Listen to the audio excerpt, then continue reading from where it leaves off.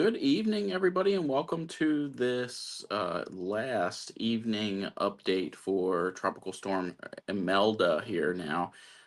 We've got a lot to talk about. Really, we're going to dive in here to what the impacts are going to look like here along the Grand Strand over the next couple days. Mainly just rain. A lot of that wind is gone. The flooding aspect of this is pretty much gone. And pretty much all the significant risks of a tropical storm are pretty much gone. So really, we want to just kind of dive into how much rain we're going to get over the next couple days and when that is going to take place. So we're going to dive into the models a little bit, talk about that. We're going to look at the timing of those rain showers, but overall, we dodged a major bullet on this, so we should be counting our blessings that it's not we're not talking about something far more worse than what we're going to talk about here tonight. So, very good thing here. So, if you're just tuning in, let me know in the comments where you're watching from.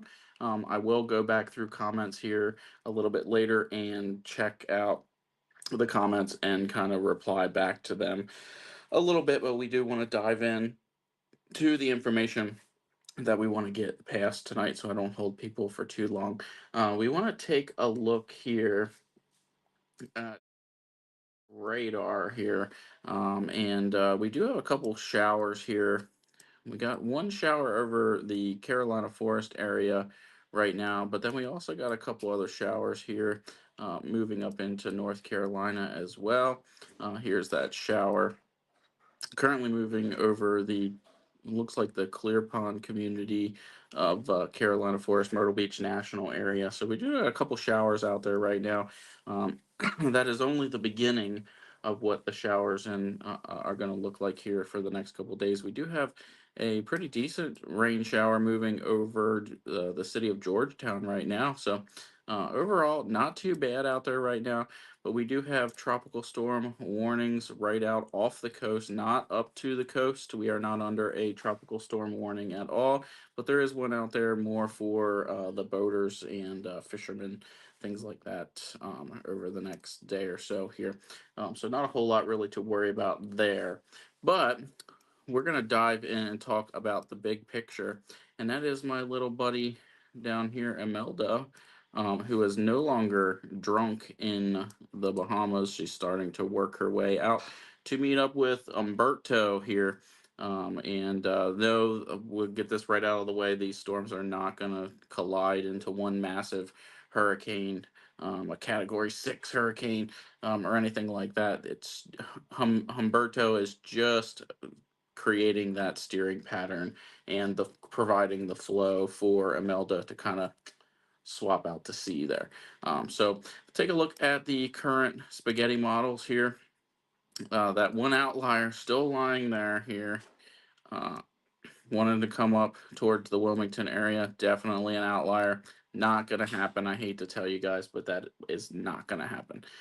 But for the general consensus is all going out to sea there. So we're going to be keeping a close eye on this, obviously, but overall, nothing to worry about here for us in our area, other than some tropical rain showers that will be moving in here as we go through the next couple days, and we're going to talk about that here. We do have some showers and storms out off the coast here, a couple moving in towards the Carolina Beach area right now, but that's going to progressively get a little bit worse here as we go through the next 24, 48 hours.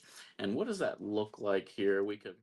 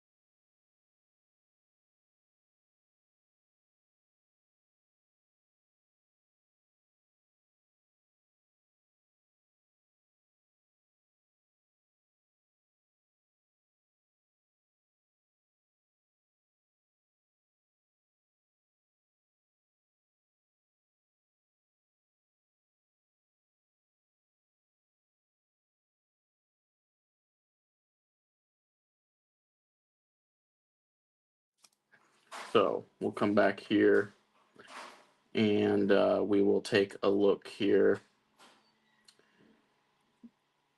Let me.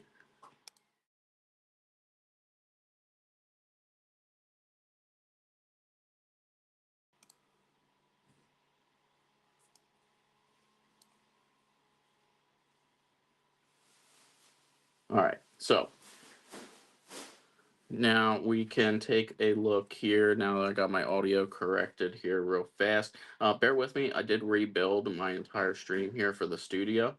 So it's a little bit different now for me. It's a different feel and look here. But let's move into the rainfall amounts. So we can see here, definitely going to be looking at some rain here over the next couple days. Like I said, it's going to peak probably Monday night into Tuesday, and the GFS is showing a little bit lighter rain numbers, rain or a little bit lighter rain than what the Euro is showing. We'll go back to the Euro here, and we'll put that out Monday. You can see Monday morning. We've got some rain showers moving in at the overnight hours. We've already got some showers out there right now. But definitely taking a look at into Tuesday. This is Tuesday morning. You can see some of those heavier bands of showers. These are just tropical showers moving in off of the coast. And then by Wednesday morning, everything is out of here and we start to clear out and dry out. And we have a beautiful rest of the week ahead with highs in the 70s. It's going to be amazing. We'll take a look here. Let me run back over here.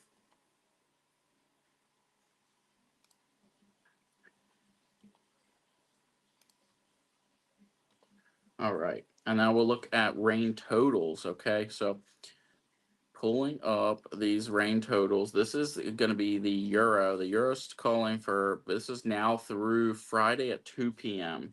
So the Euro's calling for about 2 inches. So I'd say 1 to 2 inches of rain there. Locally isolated, heavier amounts in locally isolated areas. So as you get out towards Augusta, Georgia, 2.1 inches. Rock Hill, 1.3. Fayetteville, 1.4 inches. Looking down at Charleston, 1.6. So Myrtle Beach and Charleston pretty comparable on rainfall amounts there through Friday. But we'll take a peek at the GFS here. GFS is bringing in a little bit more rain, even though the Euro was showing heavier bands. The GFS is actually bringing in more soaking rainfall total numbers here. So we're looking at 2.6, so 2 to 3 inches of rain here across the Grand Strand, based on the Euro or the GFS, 3.3 inches in Charleston.